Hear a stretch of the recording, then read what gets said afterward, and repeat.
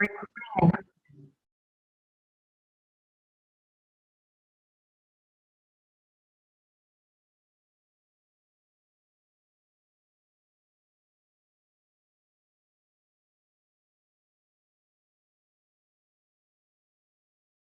evening, everyone. It is now 7 p.m. I will call the Tuesday, November 16th, 2021 Board of Selectmen meeting to order.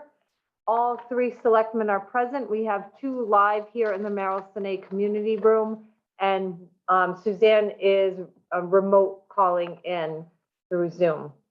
We'll begin with the Pledge of Allegiance. I pledge allegiance to the flag of the United States of America and to the republic for which it stands, one nation, under God, indivisible, with liberty and justice for all. Make a motion that we approve the Board of Selectmen meeting minutes from November 3rd, 2021. Second the motion. So I have a motion and Ken seconds that motion. Any discussion on these minutes from any of the selectmen? Hearing none, all in favor of approving the Board of Selectmen meeting minutes from November 3rd, 2021, please say aye. Aye. Aye. Suzanne, are you there? Can you hear me? I can hear you now. Aye. Oh, wait. Okay. All right, I make a motion that we approve the Board of Selectmen special meeting minutes from November 8th, 2021.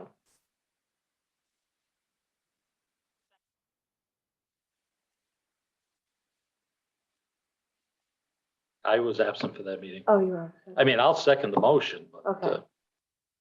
Can we hear you? We can't hear you, Suzanne. Hold on. You're unmuted. I don't know why we can't hear you. No, I'm going to switch you over. Hold on a second. Something different. Okay. Suzanne, can you speak again? You able to hear me now? Yep, I can hear you right now. You're sort of like delayed, but yeah. Not, You second that motion or are you? motion. Okay, we're going to take Suzanne second just because. Any discussion on these minutes? Okay. Suzanne saying no, shaking her head. Any discussion? Ken, you were absent. All in favor of approving the minutes from Monday, November 8th, 2021, Board of Selectmen special meeting minutes, say aye. she mouthed it. She mouthed it, yeah. And I abstained because I don't know why we can't hear you, Suzanne. I abstained, Dottie, as I was not in attendance. Okay. And I say aye. And that motion passes. Oh, now I can hear you. Switch to a different device. I just can't use my headphones on it. Okay. All right. Correspondence, we have the statement from Department of Emergency Services and Public Protection, and that is the only correspondence that I have. Is there any other correspondence from any of the selectmen? I don't have any. I don't either. Hoping Suzanne's still with us, but we will continue. We'll move on to agenda item 5, selectmen comments. Selectmen comments at this time. Have anything? Okay, Ken? Just, we're coming up on the holiday. A lot of people are going to be traveling between the pandemic and trying to get around and the cost. Just stay safe and be with your families and wish everybody the best. Absolutely. Happy Thanksgiving, everybody. I can't believe it's here already. Kind of exhausted from it already. So the only update I want to give to the selectmen, we did receive that correspondence starting last week from Orla and the Board of Finance in regard to okay, kind of dialing it back. The short-term funding that was utilized for the school roof project is coming due on December 1st, and we are pressed to make a decision as far as how we move forward. The short-term loan expires on December 1st. There are two options that have been presented. One would be to extend the short-term loan for 12 months at a rate of 0.68%, but we are locked in for those full 12 months. Therefore, if the state funds, the grant funds that are due from the state for that roof project come in prior to the end of the 12 months, we will not be able to pay off that short-term loan early. So the alternative option would be to lock in a bank loan at $2 million for 10 years. And therefore, when that state funding comes in, when that state grant money comes in, there will be no penalties for paying early. And ultimately, we're going to need to continue to have a bond amount of $500,000. So this seems like the most hassle-free, the least fees that will be associated with it. And then we get the funding that we need for the $500,000 that will be left on that project. So that is what we have been advised to move forward with. Additionally, the bond counsel, Judith Blank, has told us that there is no vote required from either the Board of Selectmen or the Board of Finance, because the referendum vote, which occurred last year, included an authorization for the first selectman and the treasurer to determine all terms of the financing. She was very adamant about that fact. And I just wanted to bring it, and we can discuss it in further detail if you so choose. But I did want to clarify that amongst the board and at least put it out there so that the public also knows the direction that we have to go in. Unfortunately, the school grant funding, we don't have an estimate as far as when we'll receive those funds. Sooner would be better rather than later, but we don't have an actual timeline as far as when the state will be funding the amount. So that's that, and we can talk about it in a second if you'd like. Additionally, we have four different projects within the town that I want the board to just kind of be thinking about. I'm going to be talking about it with the Board of Finance this week, just to give them the heads up so they can be thinking about creative ways that we can make these projects happen. The first is what we discussed last meeting, which was the Buckley Hill Road bridges. It's a $3 million project. We are currently applying for some grant funding from the state to fund that project. Additionally, Tara is going to be submitting a grant on the Langer Pond Dam. That's a federal grant. We will need some money to about $25,000, I think, is what we are estimating that we'll need for that project. Additionally, there's a roof. The roof at the highway garage has multiple leaks throughout it. So that's something we're really going to have to make a priority. And the roof at the library, we know, is coming to the end of its life. So all these projects together, Orla and I have been kind of batting back and forth the idea of possibly bonding the projects. As you know, that's a bigger process. It'll have to go from us to the Board of Finance, and then of course out to referendum.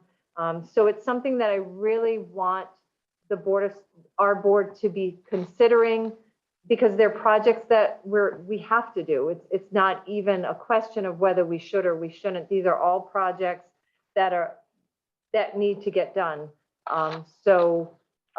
That's what I wanted to bring before the board today, just at least to keep in mind that that's something that we're going to have to do within the next few months to move forward with. So that's basically my report in a nutshell, but open to hear what Suzanne, you or Ken are thinking about either of those topics. There'll be more information coming on the what needs to be done to the dam. Yes. And at some point, I mean, we'll have to go out for bid, et Right. cetera. Same thing with the So what the Tara, roof. what Tara said is yes, 25,000 is the target on Langer Pond Dam grant as a 25% match. We're figuring the cost for the repairs to the dam to be around 100,000. Suzanne, you coming in? Signing in on my laptop, but, Okay. I'm letting you in can you right hear now. me okay? I can right now, yes, absolutely. Yeah, I'm fine with the, school roof project reimbursement. Oh, now you have two things open, so you gotta close one of them. Or, does that sound okay? Yep, now you're good. Okay. Yeah, sorry, I gotta sign out of my other one.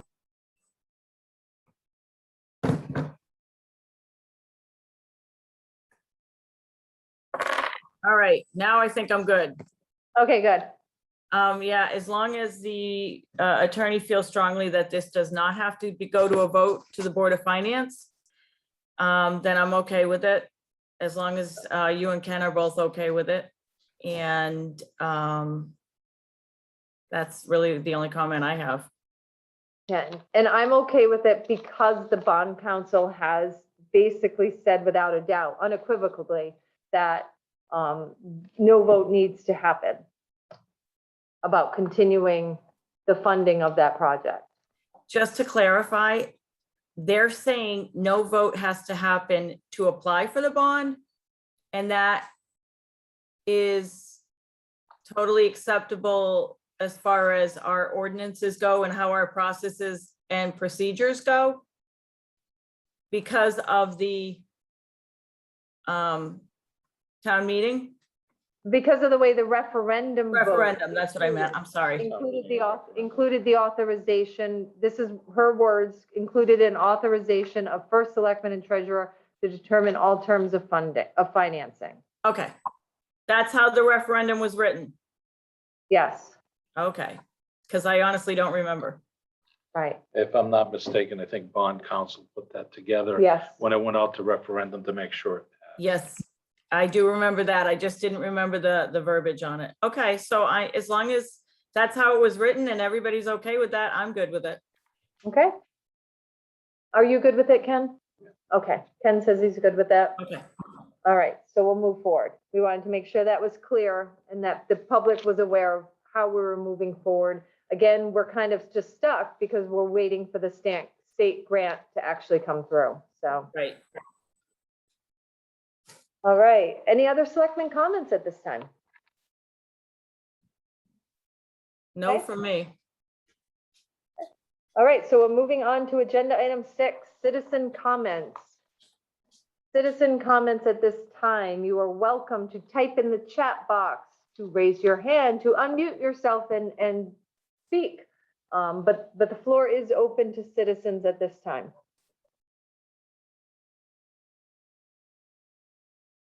Okay. Hearing and, oh, wait, Mr. Wright, would you like to speak? Good evening. Just one comment up. Congratulations on the board being reelected. I just hope we keep the train moving.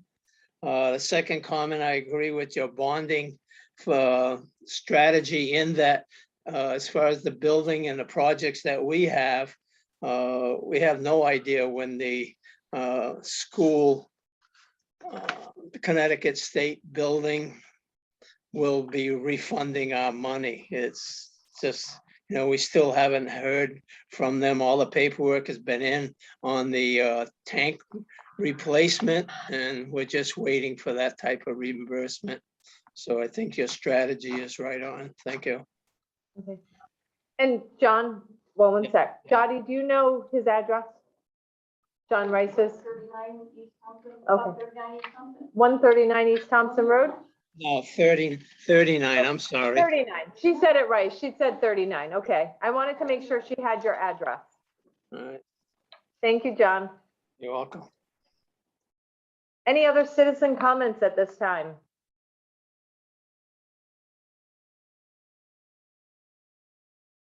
All right. Hearing and seeing none, we will move on to agenda item 7, the Affordable Housing Plan. We have a presentation tonight In regard to this plan, it's a plan that has to be submitted, if I'm correct, John, that it needs to be submitted to the state of Connecticut. Correct. Now, I'm going to turn it over to you to take over this presentation. Oh, let me give you, I got to give you the right to share your screen too. Okay.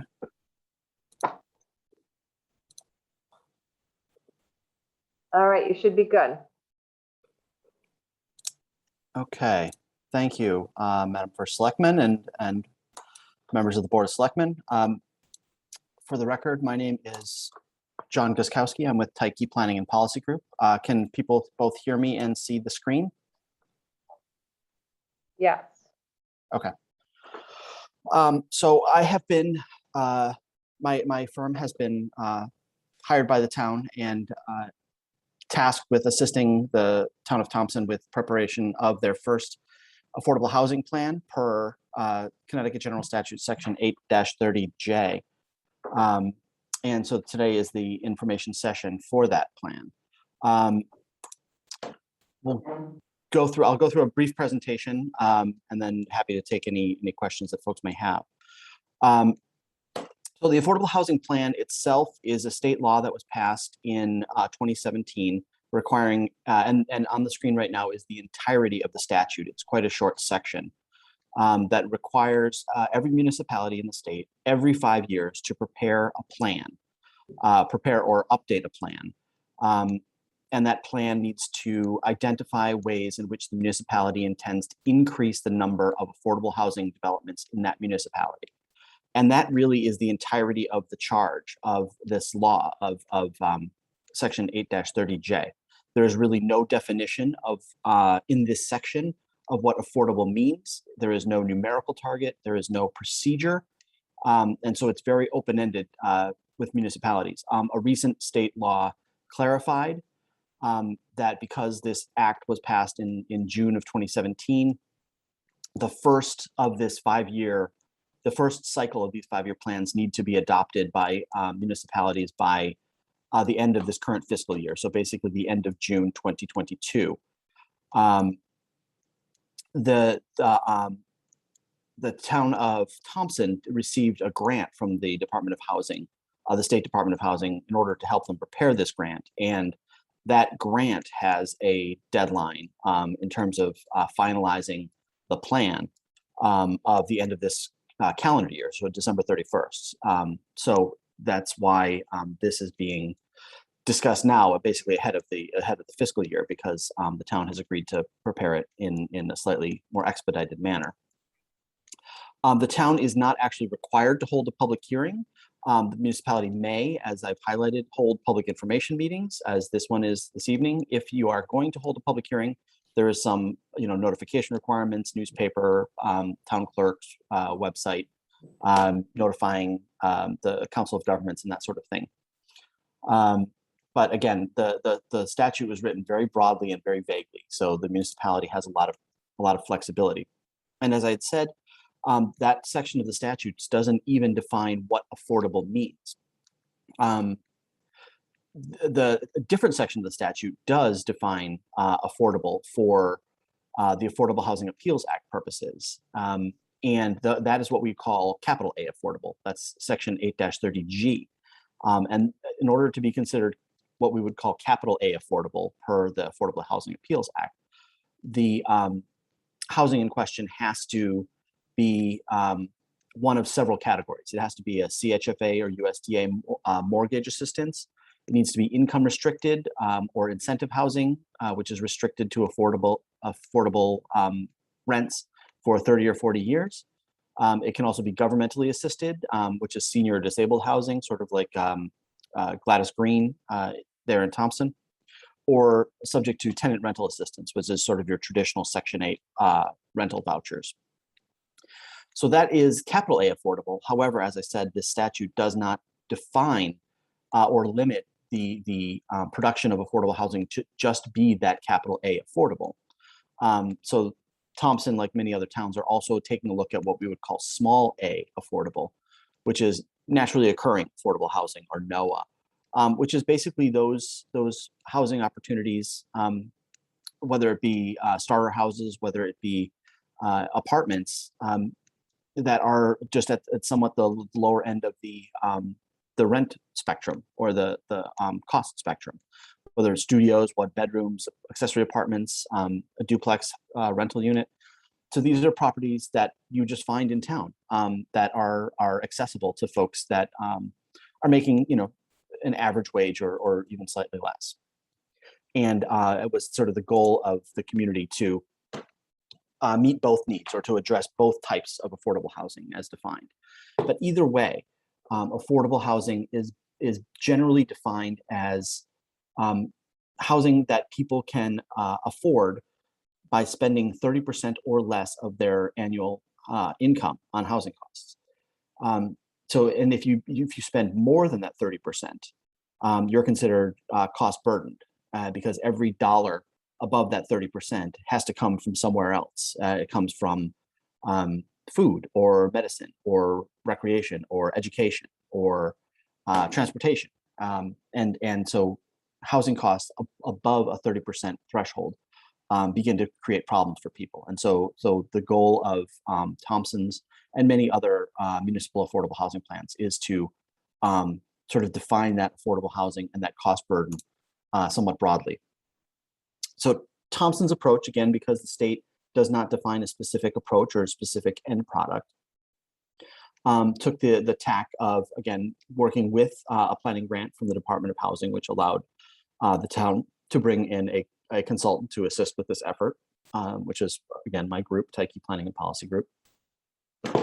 Tara Penn-Gessick, the Planning and Development Director, managed the overall process, and again, under the guidance of the Board of Selectmen. And in the statute, I didn't dwell on this. It just says the town shall, or the municipality shall adopt. It does not actually say that it should be, the Planning Commission, for instance, which is responsible for the plan of conservation and development. It doesn't say if it's the Board of Selectmen or town meeting. It just says the town shall. And the Department of Housing and OPM have accepted basically any number of approaches to adoption. Some municipalities set up a special ad hoc committee. Other municipalities had the Board of Selectmen manage the process. Still others had planning and zoning do it.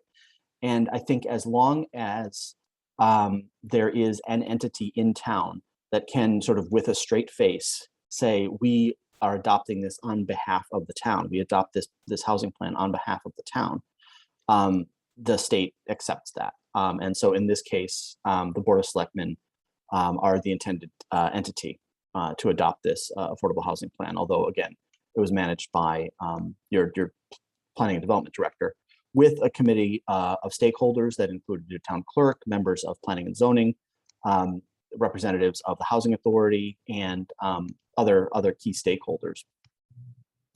And we had done public survey and public presentations through the process to kind of keep people apprised of what was going on and our process.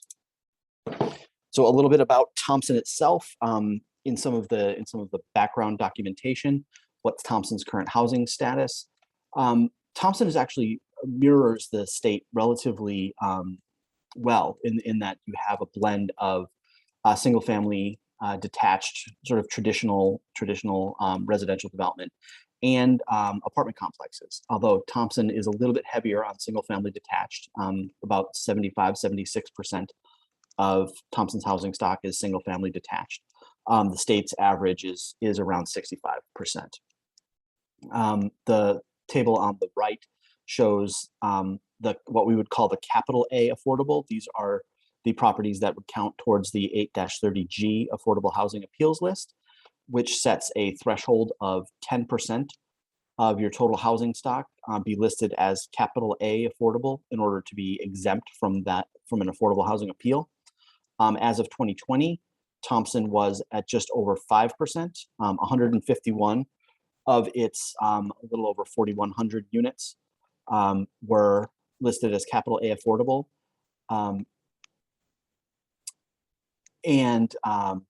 Actually, the numbers on that are a little bit off, because the governmental assisted unit number is showing the same as the total assisted. So that number is a little bit off, but the total assisted 151 is the correct bottom line. I'll have to fix that. I apologize. Just noticed that. A little bit more about Thompson's housing profile.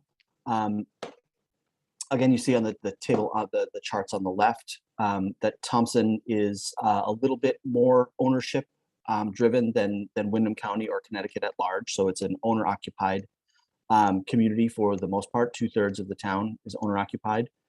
And that's very prevalent in single family residences. Generally, people don't do a lot of renting of single family detached residences. And again, most of the multifamily, your apartment complexes tend to be renter occupied, which tracks with Windham County and the state in general.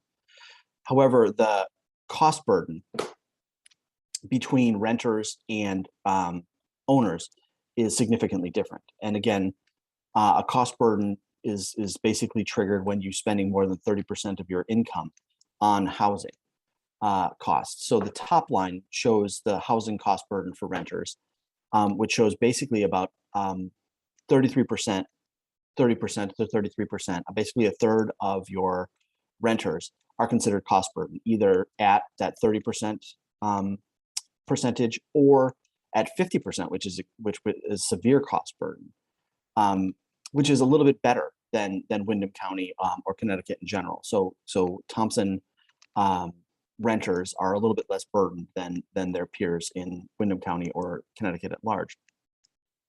And the situation is even better for owners, whereas basically only about 20% of owners are cost burdened. And I say only because that number is better than comparable state or county numbers. However, that still means that 1 in 5 homeowners and 1 in 3 renters are spending much more than they're able on rent, and that takes away discretionary and sometimes very necessary dollars that need to be spent on other things. That's the housing. A little bit about Thompson's population demographics. Much like the rest of Connecticut, Thompson is both aging and projected to shrink a bit. The large chart is population projections presented by the Connecticut State Data Center. And where we are right here in 2020, Thompson is about 9,600 people. We're basically, as these projections are relatively accurate, we're basically at peak population for the foreseeable future in Thompson.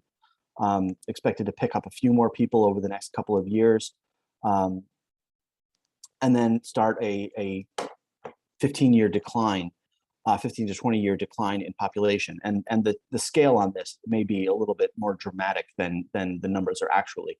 The top number is 9,611, and the 2040 number is 9,390. So there's a drop off of just over 200 people over the next 20 years.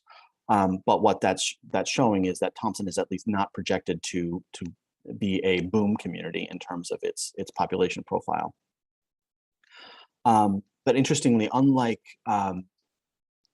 much of Connecticut, which sees shrinking household sizes, where basically more people are living alone, Thompson's average household size actually grew somewhat over the last 15 years. And so what we see is if nothing changes in terms of Thompson's housing, it's unlikely to see an increase in demand. However, the trends for affordability are not necessarily great. So as I said, we had done some community survey, some community outreach. We did a SurveyMonkey survey as well as paper surveys that were available, and Tara can correct me, I believe at Town Hall and the Library Community Center. And so we had over 100 people participate and asked, this is a few representative questions. We asked people if they thought the existing housing stock in Thompson was adequate to satisfy future demands. And people were basically split. A third said that they were fine. A little more than a third, 40% said that they did not think they were fine, and a full quarter were uncertain. So not anything particularly definitive.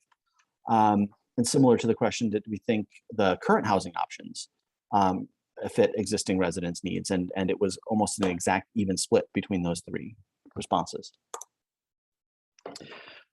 We asked people in the chart on the left if more housing options were needed, for whom were they most needed? And the most popular answers were seniors and young families, each with more than 50% of the respondents saying that that was a key group. And those groups have different needs in terms of their housing profiles.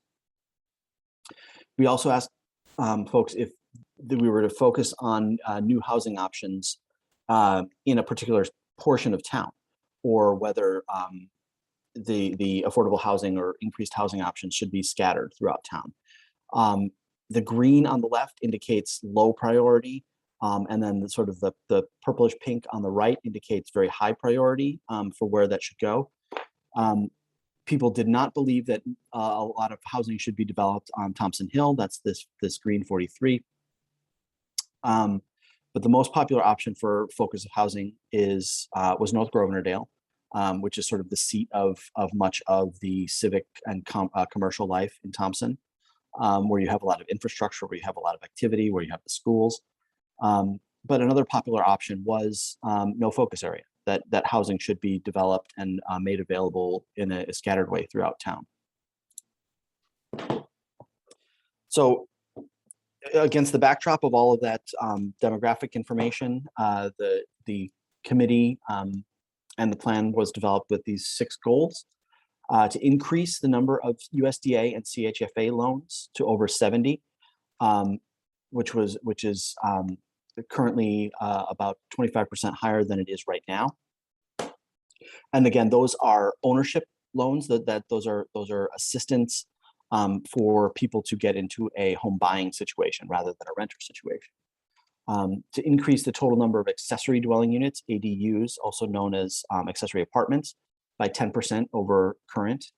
To increase the number of income limited accessory dwelling units, and we'll talk about that in just a moment, to 5. There are currently none. To implement at least one innovative zoning regulation to incentivize development density. And there are a couple of options discussed in the plan for that. To increase public awareness of Thompson's housing efforts, because through regulatory changes, planning and zoning, and the housing authority, the town is active in the affordable housing discussion, and it's important for people to understand, both renters, property owners, people looking to move to town, be aware of those things. So sort of tooting the town's own horn in that sense. And then to sort of identify an opportunity in town for a public-private affordable housing partnership, and to sort of get that process underway as well. So with those goals, the plan established several recommended actions. The first being establishing a standing housing committee, because very frequently with a plan, if you just write a plan, establish some goals, and leave it there, not much gets done. So it's very, very important to have a primary acting entity. And in this case, it would be a housing committee that would be interdisciplinary, and basically tasked with making sure that the implementation elements of this plan were tracked and were done. One of the very important things to do is to demystify the idea of affordable housing, because there's a lot of confusion, a lot of uncertainty, and I think misinformation about what affordable housing is, what it means. It's not sort of the urban redevelopment housing projects of the 60s and 70s. Much affordable housing, if not most affordable housing developed in Connecticut these days, blends in extraordinarily well with the neighborhood context, and are part of actually mixed income developments, such that you would not be able to distinguish an affordable unit from a market unit. The town recently did, in a part of an overhaul of its zoning regulations, allow for accessory dwelling units or accessory apartments as of right. So which is to say that basically if you have a single family dwelling in Thompson that you own, you can add an accessory apartment administratively without having to go for a special exception or a public hearing or a variance or some complicated process. It is your right as a property owner to add an accessory dwelling unit. not only to give someone a housing opportunity, but also to provide income for you as a property owner. So that's something that was added, not with a great deal of fanfare, not with a great deal of objection either, which is great. But it's important that that folks know about that to allow for the expansion of these opportunities.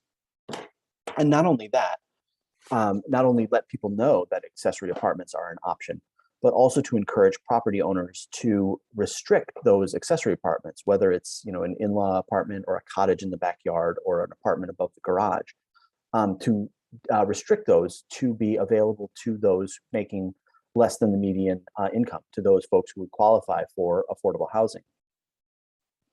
And that would mean in many cases, accepting somewhat less rent than you might be able to get on the open market for this accessory unit, because it is a priority for the community that the town should consider making it sort of worthwhile for people to make these accessory units available to folks at the lower end of the income spectrum through some tax incentives or other inducements. Some additional recommended actions is to allow for middle density housing as of right in certain areas, and particularly as retrofits of larger homes.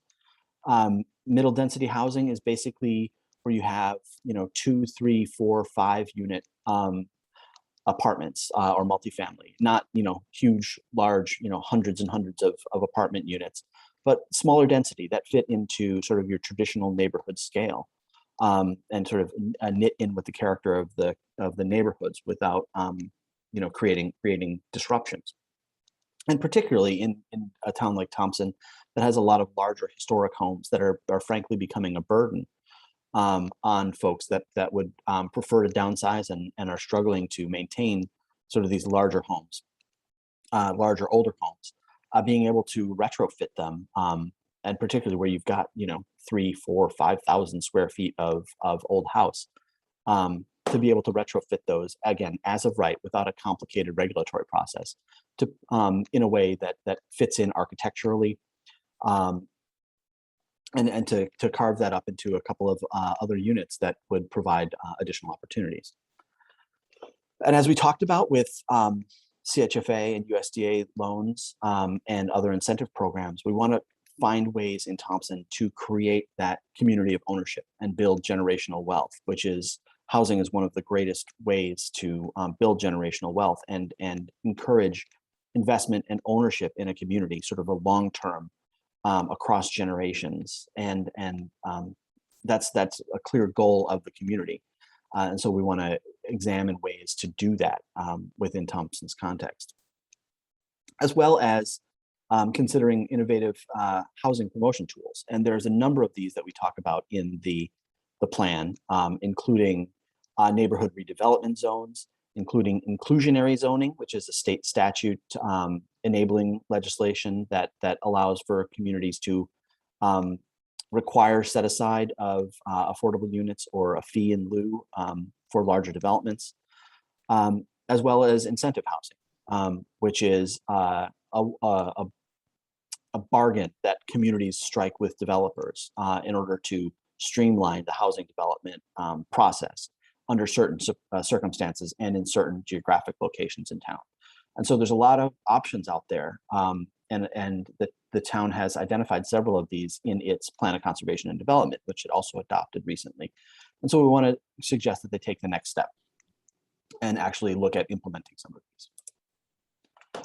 And the last set of recommendations, again, USDA and CHFA loans are programs out there that cost the town no money. These are state and federal level programs that allow people who are sort of just below that threshold for being able to purchase a house in town to have down payment assistance, to have some mortgage assistance or loan guarantees that would allow them to step up into home ownership in Thompson. And again, because these programs are tremendously successful and tremendously beneficial, it's important that the real estate community in town and potential home buyers in town are aware of them, so we can get more people invested in ownership situations in Thompson. We also want to make sure that the town is doing what it can with its excess land. And we're not talking about land that's been set aside for a school project or a park or open space that's appended to one of the state forests or the Army Corps property. But this is excess land that perhaps the town has acquired through tax foreclosure or that it was turned over in an estate situation. That the town does not have any key conservation need for that. It could basically partner with a nonprofit developer or even a for-profit developer to come up with broader housing opportunities.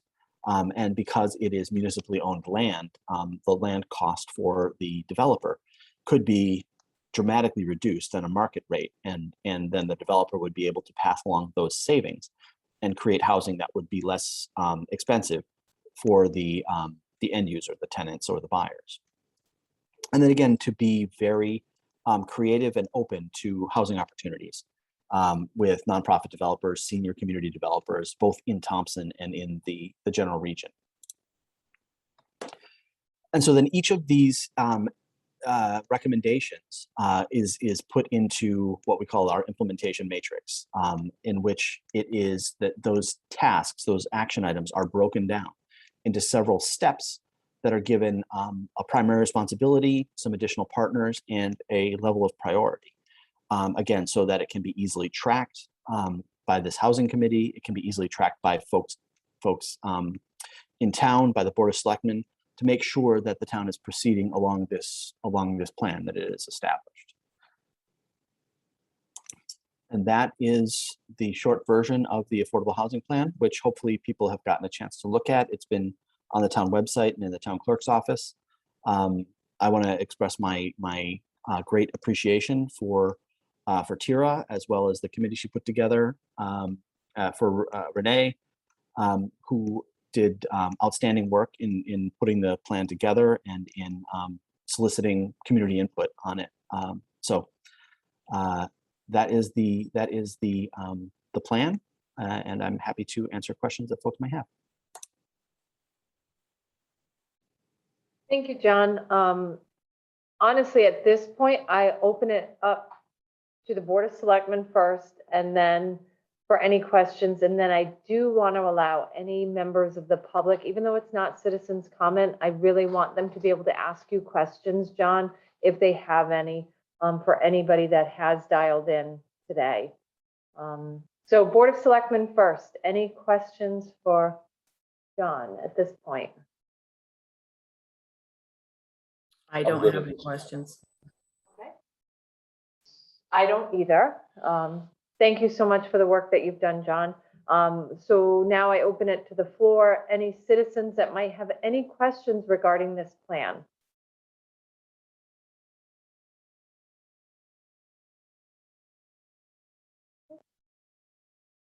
All right.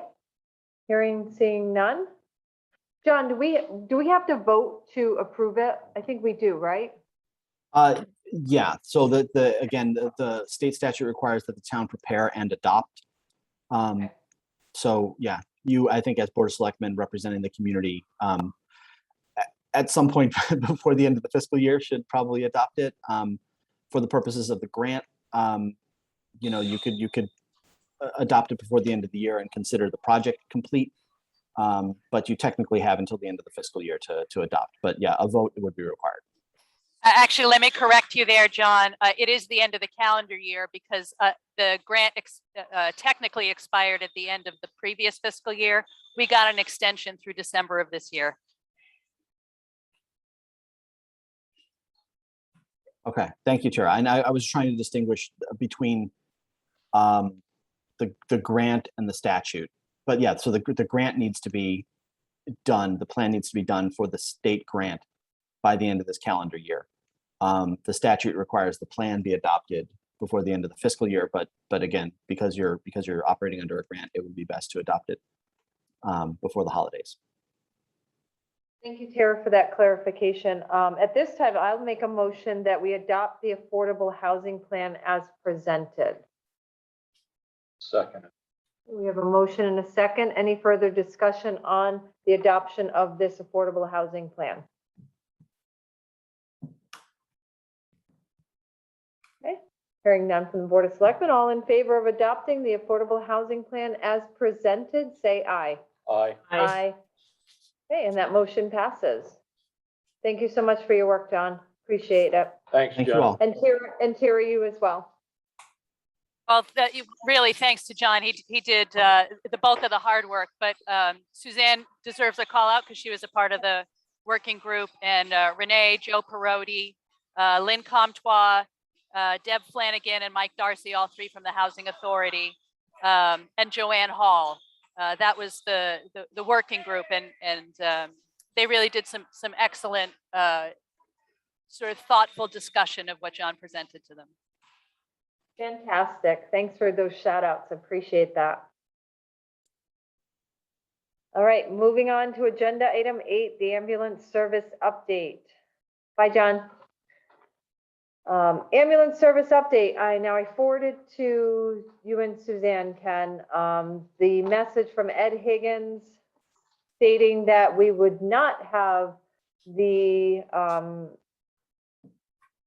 report that was going to give us some guidance until potentially next week, and then we won't have the meeting until the following week after Thanksgiving. I was extremely disappointed, little more than disappointed at this point, but I feel pretty strongly that we really have to stay the course so that we get all the facts on the table.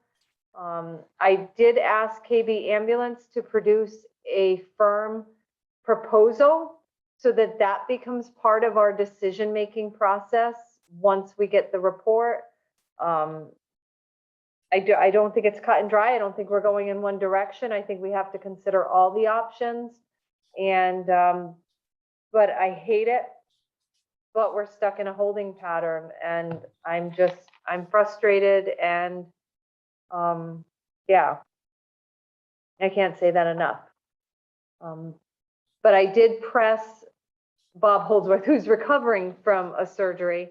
I pressed him today for just some type of details on the report. I also messaged Ed Higgins to try to get some clarification as to whether a report had been at least drafted in some respect, and I have not heard back from them. I know that Bob's having a difficult time right now, and I tried to be considerate of where he's at, and yeah. So any thoughts from either? I just wish I had more of a report for the public, and I don't, and yeah. can I comment? Yeah, absolutely. I'm opening it up for you guys. So I don't know what his medical situation is, but I'm feeling like we're being held hostage a little bit because we don't have the information we need to move forward. And for us, time is money. Right. Putnam doesn't have anything to lose by this, but we do. Every day costs us money. So I would put a time limit on this. And if we can't have some sort of a explanation as to what, he thinks the options are within 2 weeks, then maybe we actually should start looking in a different direction. I mean, we have ambulances, we're working on a building. I just don't think that we should continue if we don't have some sort of options. I agree. I want all the options before us, though. I just want to see it all. I want to see it all laid out. So we know all our options. And you know what I'll do? I'll call Bob's office tomorrow and try to talk to one of his assistants, just to see, because if he's out of commission for the next couple days, maybe they have some information they can provide for me. That would be good. Yeah, I just, like I said, time is money for us. And I'll reach out to OEMS again, just to get a pulse on because from what I understood, it takes 7 to 8 months to develop something privately or No. on your own. I would not mind reaching out to them with your permission, or with your agreement as well. You can absolutely reach out to them anytime to question them. It's, yeah, Judy Reynolds she's been my go-to. Okay, Yeah, absolutely. I don't mind if either you or Ken additionally press and question. So she's been very helpful. Judy at OEMS has been super helpful, and I haven't talked to her because we kind of put our eggs in the Holdsworth basket. She'll Yeah. answer any questions that are asked, Yep, and she'll absolutely. guide us accordingly. Right. She's very good at what she does. She is excellent in what she yeah, does. I've heard good things about her from other people as well. So, I might have some time to be able to do that in the next couple of days. As much as I hate to see the delay, we're into this thing. Oh, yeah, A couple of weeks, you need to get the information so we know what direction to go in. absolutely, absolutely. So at this point, they're talking the week after Thanksgiving. I'm fearful that it's more based on the board, EMS's board's schedule with the chairman being away. And it is Thanksgiving holiday. So as much as we're in a bind, nobody else is in a bind. And it Exactly. is Thanksgiving. So they're not looking at it as, they're not in distress like we're in distress. Right. And it is Thanksgiving. So, we'll push really hard to make sure it's the beginning of that week right after Thanksgiving. But in the meantime, feel free, yeah, absolutely, call OEMS and if you want to get some thoughts from them, that's great. Okay. Any other thoughts on this? Again, I had hoped to have somewhat of an update, but as of 6:30 tonight, I still hadn't received anything additional to share, so it's a disappointment. Amy, where are we with the purchase of the ambulances? Do we have possession of them? Yep, And the transaction was made. yes, Additionally, 2 weeks ago, or a week and a half, I think it was a week and a half, 2 weeks ago, we actually, community brought us the Lucas chest compression tool prior to Yeah. receiving the payment. And that is in writing on loan to KB Ambulance because their ambulance that was here in town did not have a Lucas tool, the chest compression tool.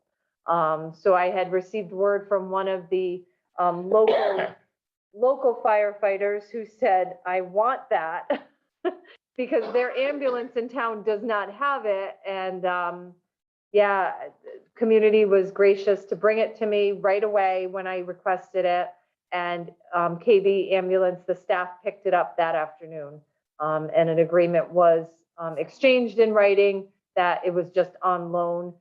Josh Cusack had it labeled so that it does say the property of the town of Thompson. So yeah, that was, yeah, I think that was good. so where are the ambulances? Where are we with this process? The check just got delivered today. It should have been delivered last week. I didn't realize that finance was holding it because they wanted to see the minutes of our meeting, which were published last week. So Merrill picked it up today, at which point the ambulances will be delivered to the public works garage within the next week. And what about the supplies? The supplies, I did get the list of supplies from Roger Durand. I forwarded those over to Bob Holdsworth because he wanted to review them. And when it's time to find a spot to store them, because that's the next question, I'm hoping Thompson Hill has some space. Because that's the next logistical issue. Well, some of them I would think need to be, In the units, most of them are in the units. Most of the supplies are in the units. oh, okay. Are they? Because I thought there was storage, where a lot of the supplies were kept. And some Yeah. of them have to be kept in certain temperatures. And I'm Yep. understanding some of the dates expire. Right. Yeah.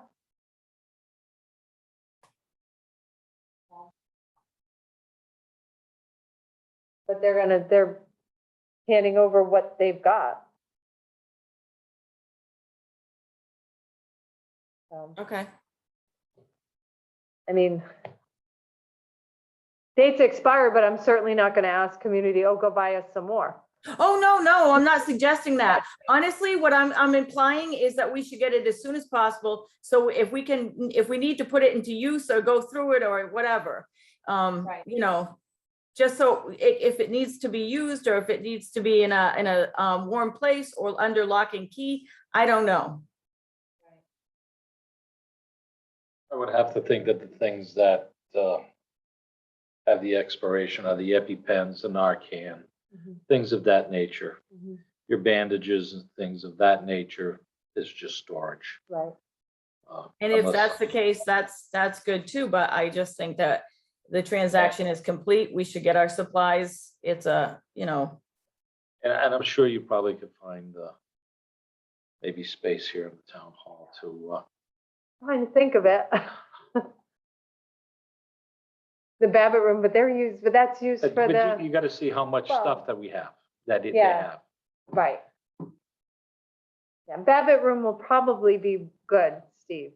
As long as, the courts just use this room, because sometimes they use the Babbitt room. would you like volunteers from the EMS staff to help you to? I was thinking of utilizing someone like Josh and maybe a couple EMT staff to just log it, take the list, log it, and collect what they need. Right, that would make sense. Absolutely. They know what they're looking for and. They know what they're looking for. I don't know what I'm looking for. So yes, Exactly. absolutely. My plan was to reach out to Josh within the next couple days now that the transaction is complete. Yep, Josh or Crystal or, Yes. good All idea. right. Any other thoughts on this subject?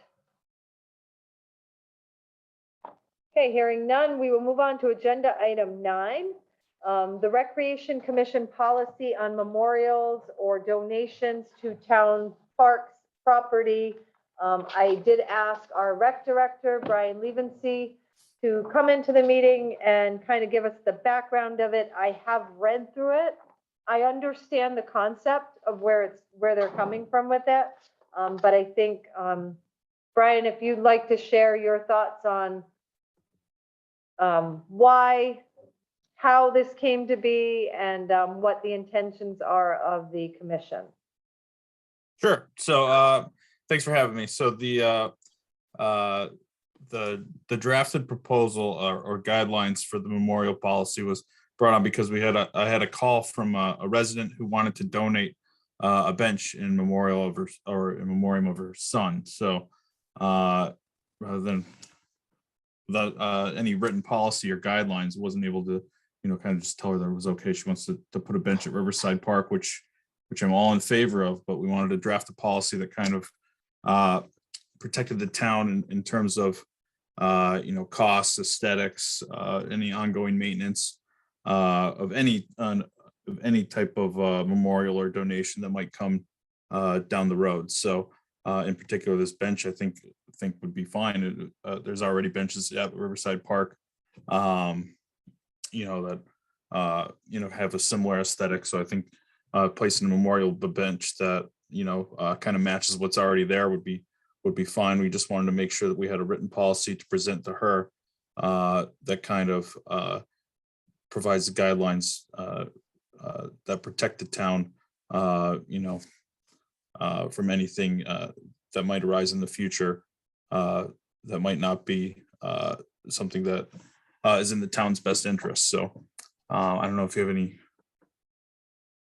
specific questions about the policy or any specific points that you want to talk through, but that's basically where that stems from. Brian, this is Amy St. Ange. Question being, there was a section that said that it would be of good quality, or I can't remember. I'm trying to find where it was.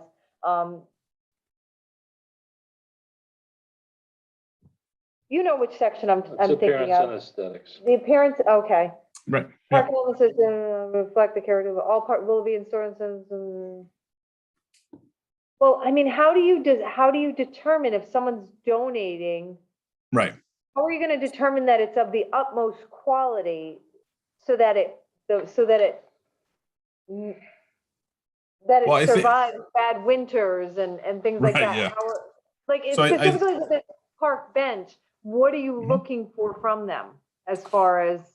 So I'm trying to keep the policy as general as possible, because you're right, it's, I don't necessarily know if there's a, a way to assure that it's the best quality is being used, but really, in terms, in the example of Riverside Park, there are two benches there that, are made of similar materials and have the same aesthetic.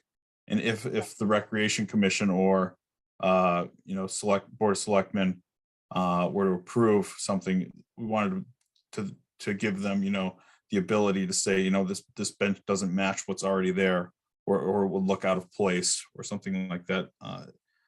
Really trying to keep the policy, as general as possible, just to kind of allow the town to make changes if they thought it was necessary. I would think the biggest issue would probably be that it's resistance to vandalism, which is usually the biggest thing. If you've looked in the park, we've made the picnic tables out of concrete because of vandalism in years past, so that they hold up. Usually a metal bench or something of that nature is gonna hold up. But if you were to put, say, another wooden picnic table out there, Right. they're gonna destroy it. So you're Yep. looking at things that blend in, that have a, Here's a question that I don't think I saw in this, and forgive me if it is in here, but I don't remember seeing it, Brian. What about if something is vandalized to the point of complete destruction, or if something wears to the point that, especially in the case of a park bench, that it's not worth repairing? What is the policy to remove something that was donated that's a memorial? Right. Is there any So we did- instance where we could just remove it completely? Did I We miss did, that in here? We put that under the maintenance section, so that is something to take into consideration. Okay. If something was vandalized, or if it was a larger structure, like, a fountain or gazebo or something like that, that might have an ongoing maintenance cost for the town, that would allow the town to kind of use that policy or that section of the policy to abstain from accepting that donation. But so the way it's written, I think it says that if there was a need for removal, or something, if it were to fall into disrepair, then we would be allowed to do that. Okay, yeah, and I see that there. And of course, and the repair, and where I was looking for it was in the repair where it says that it will be, materials must be, donated park elements must be of high quality to ensure long life. Of course, it also says that it's resistant to acts of vandalism, which is almost impossible, but. Well, yeah, like materials is that, yeah. I know. Brian, did you get this from other recreation, other Oh, yeah. towns? I'm sure not, you Okay. did. I'm not that good of a writer. Yeah, this was borrowed That's from kinda what I several thought. towns. Right, yeah. I have two. Do you have any thoughts? Yes, one question I have is, I would assume, and I don't want to assume, I'd like to see it, that the selectmen have final approval. Yeah, that was the intention. So I don't know if that's written in there, but I don't see it. I see the town of Thompson has final approval. yeah, well, I think the intention was for it Appropriate sites first to be approved by the rec commission with final approval from the Board of Selectmen. Okay, so that would maybe need to be added. Under the acceptance of a donation, Does it say? it says the town of Thompson reserves the right to determine whether a park or facility is fully developed, and therefore no donations would be accepted. That Well, I part. think what Suzanne's looking for is, let's say there's a. Yeah, you could always throw a acceptance where- sentence in. Yeah, that the. Final rec decision will be commission- made by a vote by the Board of Selectmen.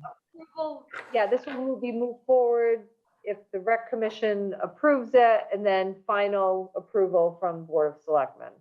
That's Right. what you're looking for, right, Suzanne? That's exactly what I'm looking for, that it would need to be approved by, and it may not, it may not be I guess it would be the rec department that would approve it and move it forward. Rec commission. Yeah. And the other question I have is, there is no policy, ordinance, or anything else that is equivalent to this or speaks to this, or there's nothing else that we have adopted along the way somewhere? Not to our knowledge, No, and Ken's no, shaking yeah. his head. Not that I was able to find. Okay, So Brian, you're looking for the board to approve it potentially with those changes that Suzanne made. I don't know if there's Yes. any other changes that Ken or Suzanne, I'm good. I like Suzanne's addition. They bounce around this thing with the approval, Right, but adding one firm sentence Right. makes it very clear. right. Right, yeah. I think, yeah, I'm okay with that change, so I think that'd be great. Because even under the categories, the very last sentence is the town of Thompson has final Right. approval of sites. Just add that one sentence. And clean it up. Just make sure it goes to the Board of Selectmen for a vote. after it's approved by the Recreation Commission. By the Recreation Commission, yeah. Okay, All does right. that need to be updated before you can vote to approve? I don't think so. don't I think so. we can make a motion to approve it with the amendments that were discussed, to include. Approval from the Rec Commission and approval from the Board of Selectmen.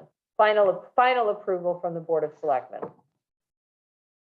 You're making that a motion, I'll second. But Then if you you, making that motion? yeah, I'll make that motion. Okay. 10 seconds it. Dottie's got it. All in favor of approving this Thompson Recreation Park and Memorial Donation Policy with the edits that we've suggested, say aye. Aye. Aye. And that motion passes. Thanks, Brian. And Brian, you'll send us a copy with the edits, right? Absolutely, tomorrow. Fine. Great. Thank you. Thank you. All right, moving on to agenda item 10, we have some applications for Constable, Trails Committee, and Fire Advisory Committee. I'll make a motion that we appoint Matthew Whipple as Constable, Pat Sharon to the Trails Committee, and Sean Stroman to the Fire Advisory Committee. Second. We have a motion and a second. Any discussion on any of these three candidates? I think they're all fine candidates for the positions, but that's my opinion.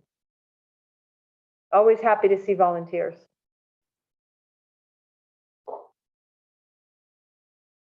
Any thoughts? Any discussion? Okay, all in favor of appointing these three individuals to Matthew Whipple, Constable, Pat Sharon, Trails Committee, and Sean Stroman as Fire Advisory Committee, say aye. Aye. Aye. And that motion passes. So we have a ton of reappointments, and Ken and I had discussed before the meeting started that it's probably best to just make one motion and include all of them. Are you in agreement with that, Suzanne? Yes, I am. All right, so I'll just read them all off. Why don't you just, You want to do each section? no, what I was gonna say is, you can do each section, doesn't matter. As long as you just put into the motion the term. Oh. Because if you've got one of them there, It it should- should be a 2-year term. Right, it should be for all of them the same, right? Yeah, Correct. November 21st, 2023. Yes. All right. So I'll make the following motion for reappointments with the term to end on all of these November 21st, 2023. To the Charter Communications Northeast Advisory Council, Richard Trudeau and Amy Sainange. Chief Financial Officer / Treasurer, Orla McKernan Raftery. Constables, Norman M. Baker, Donald A. Brown, Christopher Walsh, George Henry Mooney Jr., Dennis A. Taxon, Alan Pratt, and James Niedzolkowski. I always mess up his name. To the Eastern Regional Tourism District / Mystic County, Tirapengesic. Northeast Connecticut Council of Governments, Amy Sainange. Northeast Connecticut Transit District, Amy Sainange. Fire Police for Community Fire Police, Frederick E. Cody, Kevin Freeland, Peter Fosher, Alan Gauthier, Frank Heath, John LaFontaine, Raka Navarra, Wendy Piper, John Rice, A. Richard Trudeau. East Thompson Fire Police, Logan Miller, Robert E. Mons Jr., Steve Raymond, Jenny Raymond, Luke Aslin. Thompson Hill Fire Police, Hogan Crone, Paul how do you say that name? Feige. Fahey, thank you. Dale Fifield, Randy Fifield, and Matthew J. Grauer.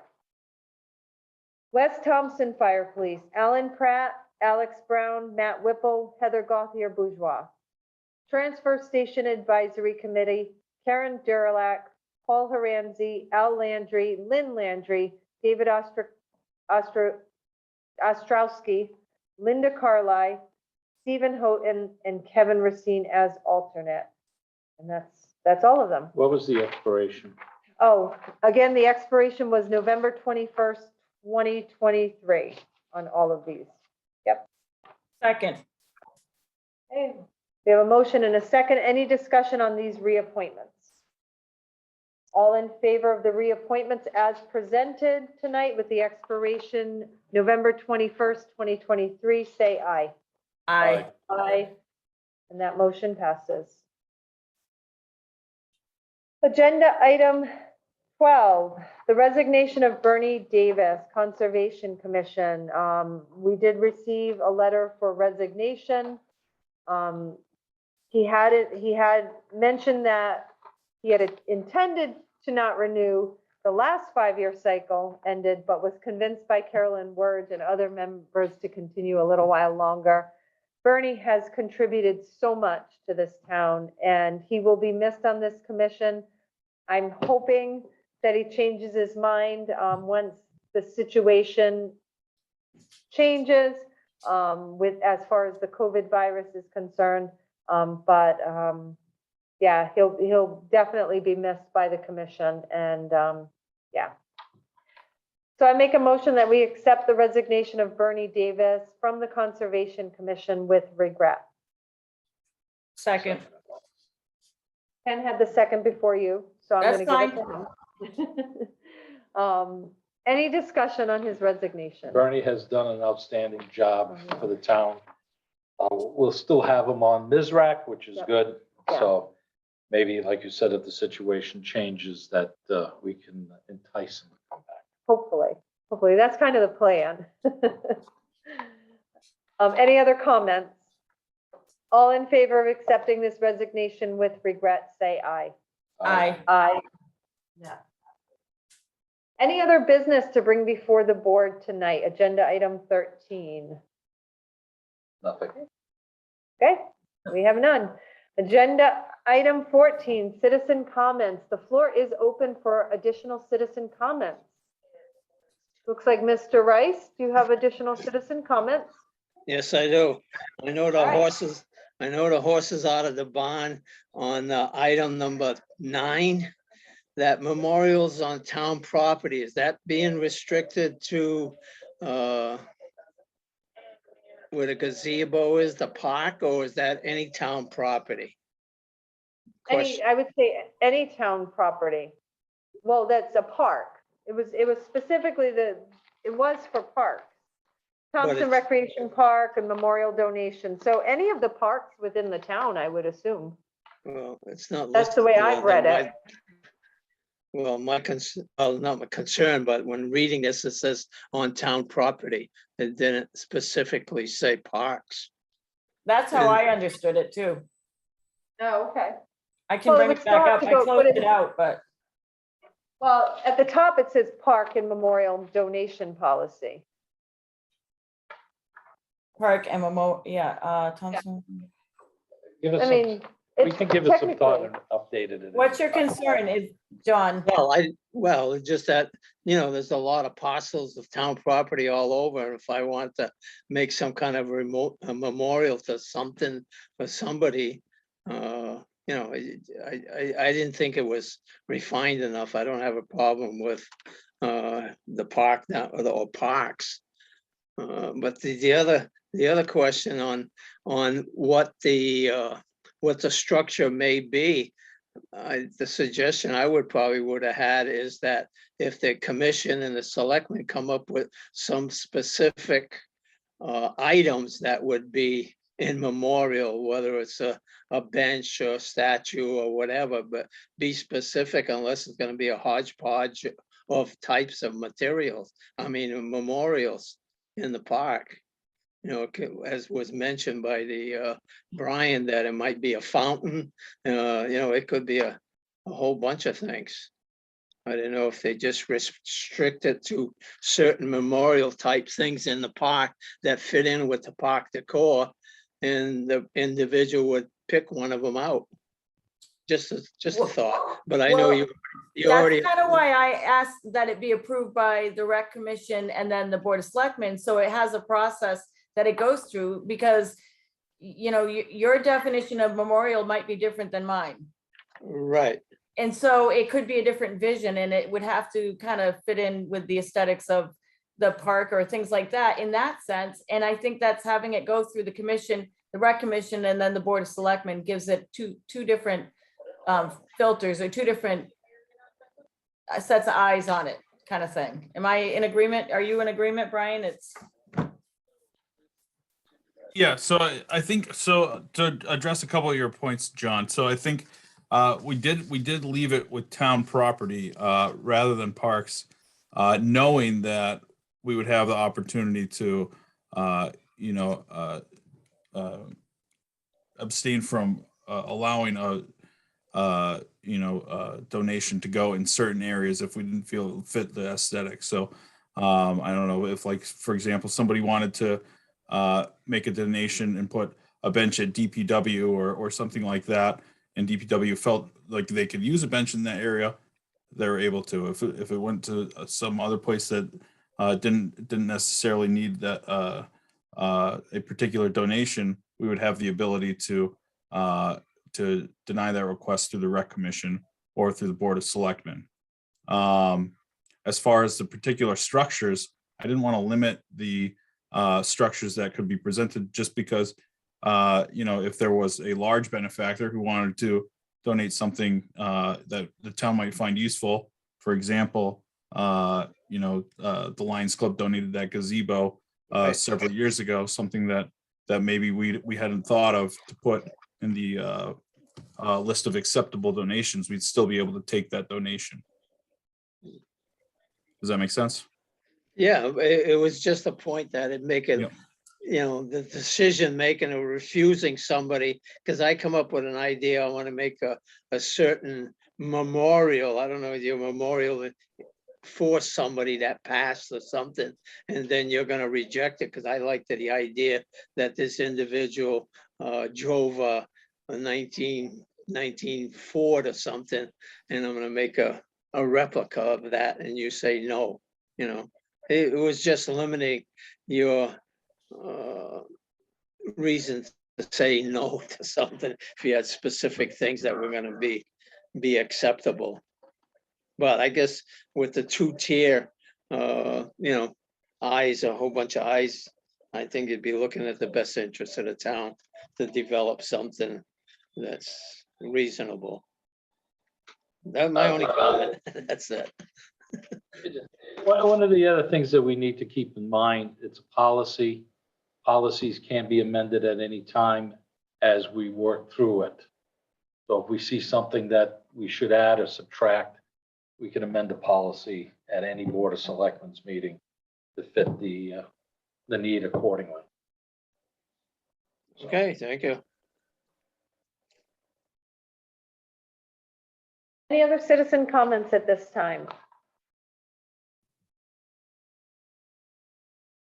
All right, hearing and seeing none, we move on to tax refunds. I have 15 tax refunds for Toyota lease. I was gonna bulk them together as one big amount. Is that okay? Is that acceptable? With everybody? Otherwise, Yes. I'm gonna be reading off 15 of them. So I'll make a motion that we refund Kerry A. Roy, $44.61. Daniel R. and Elizabeth M. Tenike, $63.37. Toyota Lease Trust, there's a total of 15 refunds that total $4,290.22. So I make that motion that we refund, we make those tax refunds. Second, Okay, we have a motion and a second. All in favor of refunding $4,416.96 to the taxpayers reference tonight, say aye. Aye. aye. Aye. Okay, and that motion passes. Make a motion that we adjourn at 8:21 PM. Second. Motion and a second. All in favor of adjournment, say aye. Aye. Aye. Aye. Good night, everyone. Good night. Thank you. Aye.